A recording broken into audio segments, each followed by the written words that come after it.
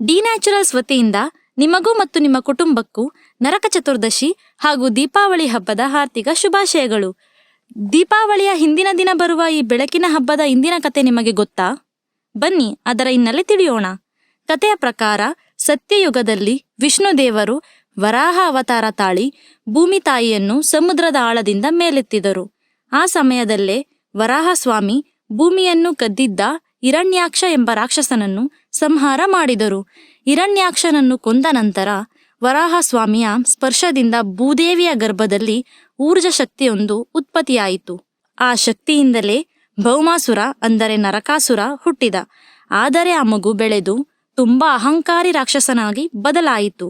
ಅವನು ಬ್ರಹ್ಮದೇವರ ತಪಸ್ಸು ಮಾಡಿ ಒಂದು ವರ ಪಡೆದ, ತನ್ನ ತಾಯಿಯಿಂದ ಮಾತ್ರ ತನಗೆ ಸಾವು ಬರಬೇಕು ಎಂದು. ಆ ವರ ಪಡೆದು ಅಧಿಕಾರ ಬಂದ ಮೇಲೆ ನರಕಾಸುರ ಕೆಟ್ಟ ದಾರಿಗೆ ತಿರುಗಿದ. ಯುಗ ಯುಗ ಉರುಳಿದಂತೆ ಕ್ರೂರಿಯಾಗಿ ಬದಲಾದ. ಅವನು ದ್ವಾಪರ ಯುಗದಲ್ಲಿಯೂ ತನ್ನ ಕ್ರೂರತ್ವವನ್ನು ಮುಂದುವರೆಸಿದ. 16,000 ಮುಗ್ಧ ಕನ್ಯೆಯರನ್ನು ಹಿಡಿದು ಜೈಲಿಗೆ ಹಾಕಿದ. ಇದರಿಂದ ಇಡೀ ಜಗತ್ತು ಭಯದಿಂದ ಕೂಡಿತ್ತು. ಉಳಿದ ಕತೆ ಮುಂದಿನ ಭಾಗದಲ್ಲಿ.